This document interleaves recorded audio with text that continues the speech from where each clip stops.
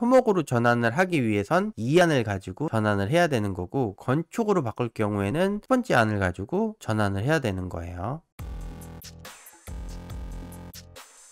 안녕하세요, 유실장입니다. 오늘은 건설업 업역 개편 이해하기 편이에요. 업역 개편은 2022년 1월 1일부터 적용되는 새로운 규정이죠. 핵심 내용 3가지가 있습니다. 첫 번째는 종합건설업과 전문건설업의 업역 규제를 삭제하는 내용이에요. 원청과 하청 개념을 삭제하는 내용입니다. 이게 메인 핵심 업역 개편의 내용인데요. 2가지의 부가적인 변경이 있습니다. 첫 번째는 전문건설의 업종 체계 개편이 있고요. 대업종화라고 부르죠. 두 번째는 시설물 유지관리업을 삭제하는 내용입니다. 이 어려운 내용을 이해하기 좀 쉬운 방법은 이 업역 개편을 왜 했는지 이해가 있으면 이 바뀐 규정을 조금 쉽게 이해할 수가 있어요. 건설업의 최근 몇 년간의 이슈들을 보면 가장 핵심적인 부분은 하도급자 혹은 현장 노동자, 근로자를 위한 규정들이 많이 만들어지고 있다는 겁니다. 이제 갑질 방지라든지 현장 노동자의 산재 사고 등이 가장 최근 이슈예요. 하도급법이라든지 중대재해처벌법, 산업안전보건법 등이 개정되거나 새로 만들어지거나 했습니다. 그런데 이 법을 아무리 잘 만들어도 실제 현장에서 발생하는 산재 사고들에 비해서 산재 적용을 못 받는 경우가 발생을 해요. 재하도급, 제재하도급이 우리가 뭐 언론에서나 무슨 대외적으로는 다 불법이다, 안 좋다 라고 하지만 현실적으로는 그게 없을 수가 없어요. 그 이유를 좀 뜯어보자면 원청, 하청 개념이 있기 때문이에요. 종합건설은 원청이고 전문건설은 하청이다. 실제 일하는 사람이 전문건설이더라도 종합건설을 통해서 갈 수 있게끔 만들어 놓은 기존 건설업의 틀이 있기 때문에 그런 거예요. 이 규정을 없애고자 이 업역 개편을 시작했다고 생각하시면 됩니다.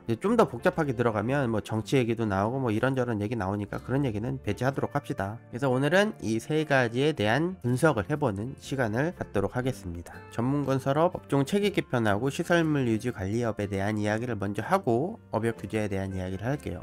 이 건설업 업역 개편의 취지는 종합건설업과 전문건설업을 동등한 선에 놔두고 경쟁을 시키자, 그런 취지로 시작을 했는데, 이것을 하려다가 보니까 종합건설업은 5가지밖에 없는데 전문건설업은 근 30여 개 가까운 업종이 있는 거야. 이렇게 많아 이거. 전문건설업을 좀 줄여 너무 많아. 크게 14개로 줄이게 됩니다. 그게 전문건설업 업종 체계 개편이고요. 이 시설물 유지관리업은 성수대교 붕괴랑 이 삼풍백화점 붕괴 사건 이후로 만들어진 업종이에요. 근데 기존의 건설업이라는 게 아무것도 없는 상태에서 새로 건축물을 창조하는 과정이었다면, 이 시설물 유지 관리업은 기존 완성된 건축물에 대한 유지 보수를 하기 위해서 만들어진 업종이란 말이에요. 시대가 지나다 보니까 문제가 있어 보이는 거야.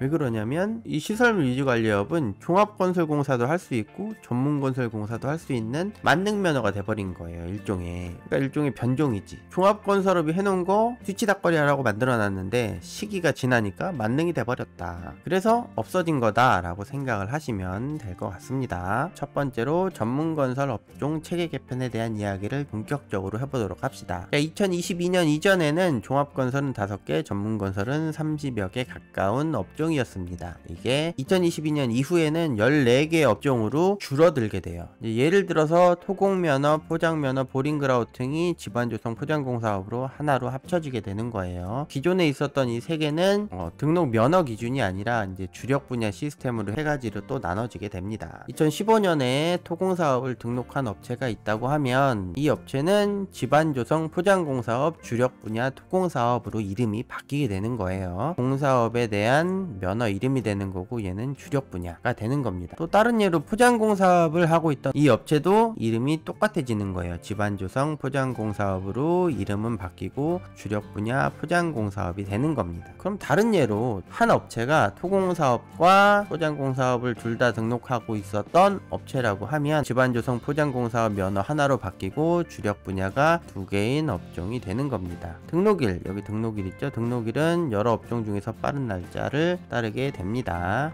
해당 면허를 등록을 할 때는 등록 기준이라는 게 있어요. 자본금, 기술인력, 시설장비라는 등록 기준이 있는데 각 업종, 이 토공, 포장, 포장, 보링그라우팅 이 세 가지의 주력 분야는 집안조성 포장공사업으로 바뀌면서 자본금 기준은 똑같아지고 기술 인력은 각각 다른 기준을 갖게 됩니다. 2022년 이전에는 토공사업과 포장공사업, 보링그라우팅 공사업에 대한 기술 인력, 기술자 등록 기준이 다 틀렸어요. 이번에 바뀌면서 하나로 통합이 됐습니다. 여기 들어가는 자격증 목록이 다 하나로 통합이 된 거라고 보시면 돼요. 토공사업이 자본금 1억 5천에 기술자 2명, 포장공사업이 자본금 2억에 기술자 3명이 등록 기준이었다고 하면 바뀐 기준은 자본금 1억 5천에 토공사업을 주력 분야로 등록하고 싶으면 기술자 2명, 포장공사업을 주력 분야로 등록하고 싶으면 기술자가 3명이었는데 시행령 하나가 추가가 됐죠. 주력 분야를 추가로 등록하려고 하는 경우는 기술 인력 1명은 이미 갖춘 것으로 본다. 중복 인정이 가능하다는 얘기가 되는 겁니다. 토공사업과 포장공사업을 둘 다 등록을 하고 싶은 경우에는 자본금 1억 5천에 토공사업에 2명, 포장공사업은 원래 3명이었지만 1명 감면을 받아서 총 4명만 있어도 두 가지의 주력 분야를 등록할 수가 있는 거예요. 여기서 잘못된 오해가 하나 발생할 수 있죠. 예를 들어서 토공사업을 하던 업체가 2022년에 집안조성 포장공사업으로 변경이 됐단 말이에요. 주력 분야 토공사업으로 등록증이 변경이 됐어요. 토공사업에 대한 공사를 하고 싶으면 이 주력 분야를 등록해야만 해당 공사를 할 수 있게끔 법은 바뀌었는데 민간공사는 이걸 구분할 방법이 없어요. 이게 무슨 뜻이냐면 이 업체 같은 경우는 원래 도장공 사업을 하고 있었던 업체예요. 업종 체계 개편하면서 등록증을 변경을 했는데 이런 식으로 변경을 해줄 수가 있다는 얘기예요. 이게 제가 편집을 한 게 아니라 실제적으로 공무원이 이렇게 발행을 해줬던 거예요. 처음에 이 업체에게 일을 의뢰하는 민간공사 같은 경우는 이 회사가 도장 전문 업체인지 방수 전문 업체인지 석공 전문 업체인지 알기가 현실적으로 어렵다라는 거예요. 도장공사를 주력 분야로 하고 있지만 민간공사의 경우는 이런 등록증을 가지고 있는 회사가 이런 등록증을 제출한다고 하면 이 회사는 방수도 하고 석공도 하는구나, 이렇게 오해를 할 수가 있다. 이게 현실적으로 법은 국토교통부에서 만들어졌지만 각 지자체로 정확한 지침이 내려오지 않았다. 이런 문제가 현실적으로 있습니다. 자, 두 번째는 이 논란의 시설물 유지관리업 삭제인 거죠. 시설물 유지관리업을 하고 있는 업체들에게 몇 가지 혜택을 줬어요. 시설물 유지관리업을 토목공사업으로 변경하던지 혹은 건축공사업으로 변경을 하던지 혹은 전문건설업 3개 업종으로 변경을 할 수 있는 권한을 줬습니다. 종합건설 같은 경우는 대한건설협회에다 신청하면 되고 전문건설 같은 경우는 시군구청에다 신청을 하면 돼요. 그런데 바꿀 수 있는 변경 가능한 전문건설 업종은 처음에 14가지였잖아요. 14가지 중에서 6가지 집안조성 포장, 실내건축, 금속창호 지붕건축물, 도장습식방, 수석공, 철근 콘크리트, 상하수도 6가지로 제한을 해뒀습니다. 6가지 중에서 3가지로 변경을 할 수가 있는 거예요. 시설물 유지관리업은 2022년 1월 1일부터 2023년 12월 31일까지 약 2년 동안 신청을 할 수 있습니다. 업종을 변경하게 되면 변경 처리가 완료되는 시점부터 바로 효력이 발생합니다. 2024년 1월 1일 날 없어져요. 역사 속으로 사라지는 업종이 되는 겁니다. 다른 업종으로 변경을 한 업체들이 있을 거 아니에요. 토목, 건축, 전문건설업 3개는 시설물 유지관리업보다 등록 기준이 다 높단 말이에요. 그렇게 높다고 하더라도 2026년 12월 31일까지는 시설물 유지관리업의 등록 기준만 갖추고 있으면 더 높아진 등록 기준도 인정해주는 등록 기준 유예 조항이 있습니다. 여기서 하나 더 추가적으로 이야기할 거는 이 시설물 유지관리업을 토목, 건축, 전문건설업으로 변경을 해서 사업을 하는데 2025년 시공능력이 평균 이하야, 혹은 2023년부터 25년까지 연평균 매출액이 3억이 안 된다. 다른 피해를 본 거잖아. 본인이 원치 않은 법 개정 때문에 원치 않게 업종 전환을 했는데 매출액이 늘어나지 않는 이런 업체들에 한해서 2029년 3년 더 2029년 12월 31일까지 추가 유예해주는 규정도 있으니까 이 점은 참고하셔서 잘 활용하시면 좋겠습니다. 업종 전환을 하더라도 이 시설물이 없어지는 2023년까지는 바뀐 업종도 공사를 할 수 있고 시설물 공사도 할 수가 있습니다. 더 중요한 거는 실적이잖아요. 기존에 우리가 시설물 유지관리업을 하면서 실적을 이만큼 쌓아놨는데 이게 어떻게 우리가 손해를 보지 않을까? 이 실적 승계하는 방법은 2가지가 있어요. 자, 첫 번째 안은 기존 실적 그대로, 예를 들어서 우리가 시설물 유지관리업이 매출 실적이 한 10억 정도 있었다 라고 하면 10억을 그대로 승계해주는 방법이 있고, 이제 시설물 유지관리업체는 토목 실적도 있을 수 있고 건축 실적도 있을 수 있기 때문에 이것을 각각 분류를 해가지고 따로따로 계산하는 방법이 있어요. 따로따로 계산해서 작년에 신청하신 분들은 150%, 올해 신청하면 130%, 내년에 신청하는 사람은 110% 추가 계산을 해서 실적 전환을 해주는 경우도 있습니다. 일반적으로 5년 실적을 이야기를 하니까 5년 실적이 10억이 있었다고 합시다. 계산을 했더니 토목 실적이 8억이고 건축 실적이 2억이었던 거예요. 그럼 우리가 1안대로 계산을 해봅시다. 1안대로 실적 승계를 받으면서 토목공사업으로 전환을 하는 경우는 기존 실적이 10억이었으니까 토목 실적 10억으로 전환을 할 수 있어요. 건축공사업으로 전환하는 경우에도 역시나 그대로 건축 실적 10억으로 승계를 받으면서 전환을 할 수 있습니다. 두 번째 안으로 계산을 해보면 2022년으로 계산하는 경우는 130%의 추가 혜택을 받을 수 있기 때문에 토목 실적이 8억이었잖아요.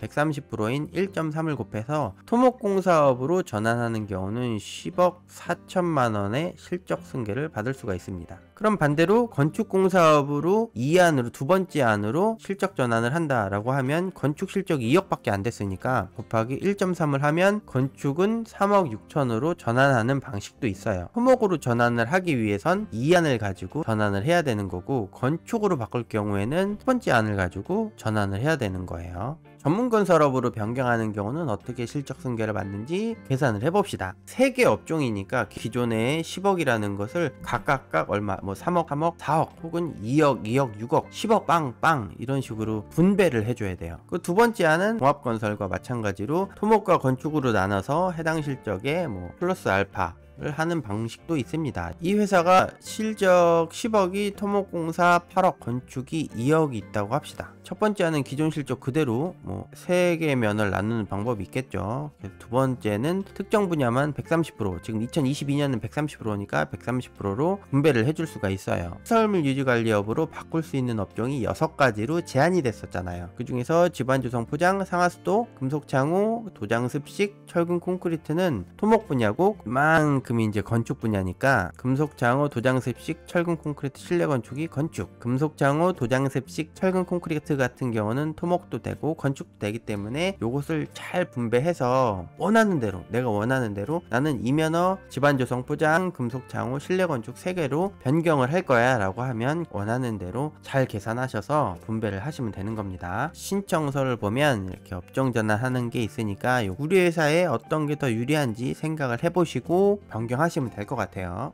전문건설업 업종 체계 개편하고 시설물 유지관리업에 대한 이야기를 해봤고요. 마지막으로 종합건설과 전문건설 간의 업역 규제에 대한 이야기를 해보도록 하겠습니다. 자, 이 취지가 뭐냐면 핵심 내용이죠. 원래는 종합공사는 종합건설업이 해야 되고 전문공사는 전문건설업이 해야 되는데, 종합공사를 종합건설업하고 전문건설업이 할 수도 있고 전문공사도 종합건설업, 전문건설업이 다 할 수 있다. 이게 큰 맥락의 틀이에요. 여기서 문제점이 나오기 시작을 하는데, 종합공사는 종합건설 회사가 공사를 수주할 수도 있고 전문건설 회사가 수주할 수도 있습니다. 전문건설공사는 종합건설 회사가 공사를 수주할 수도 있고 전문건설 회사가 공사를 수주할 수도 있는 거예요. 이제 법 규정만 가지고 보면 이렇게 되는데, 상대 업종의 등록 기준을 충족하고 상대 업종의 등록 기준을 보유해야 한다라는 규정이 하나가 들어가면서 이 전문건설 회사가 종합공사를 수주하기가 어려운 현실이 발생한 거예요. 전문건설 회사가 종합건설의 등록 기준을 만족하기가 쉽지가 않거든요. 원래부터 낮은 등록 기준을 가지고 있었기 때문에 지금 이 문제가 이 종합건설만 좋은 거 아니냐라는 말이 나오고 있는 것입니다. 자, 2021년에 대업종합 시범사업을 했었는데, 이 토목공사업을 전문건설업이 하고 싶으면 토공, 포장, 철콘 3개 업종을 가진 업체가 입찰을 들어와야 했던 거예요. 여기도 마찬가지로 토목공사를 하기 위해서 토공, 포장, 철콘 3개의 업종을 가진 업체가 입찰을 들어와야만 토목공사를 할 수 있는 거야. 그러니까 2021년 기준에는 이 1개 업종을 가진 업체랑 3개 업종을 가진 업체가 경쟁을 해야 되는 상황이 벌어졌던 거죠. 근데 이거를 똑같이 2022년으로 가지고 오면 종합건설 1개랑 전문건설 업종은 이제 합쳐져서 2개지만 이 3개의 주력 분야를 가진 업체들이 경쟁을 해야 되기 때문에 이제 전문건설 입장에서는 불합리한 규정이 아닌가라고 생각할 수 있게 되는 겁니다. 다른 거를 하나 또 가져왔는데, 단독주택을 짓는다거나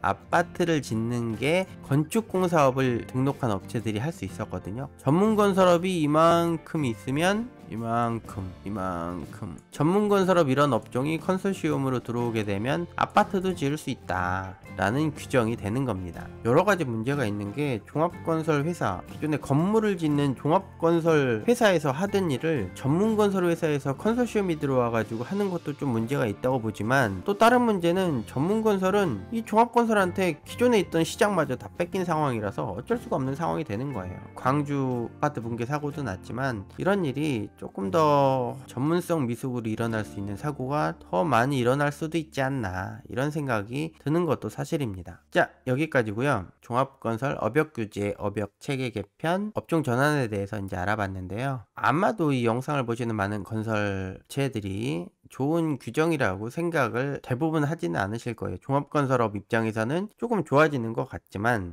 시설물 위주관리업을 종합건설업이 할 수 있게 되니까 원래 우리가 해야 되는 게 맞는 거 아니야? 라고 종합건설은 그렇게 생각할 수도 있고, 전문건설업 입장에서는 너무 많이 뺏기는 거 아니야? 이렇게 많은 우려를 하실 수 있겠지만, 이렇게 바뀐 규정을 빨리 적응하고 좋은 결과가 이루어질지 나쁜 결과가 이루어질지는 아마 앞으로 좀 더 지켜봐야 할 상황인 것 같습니다. 자, 오늘 영상은 여기까지고요. 시청해주셔서 감사합니다.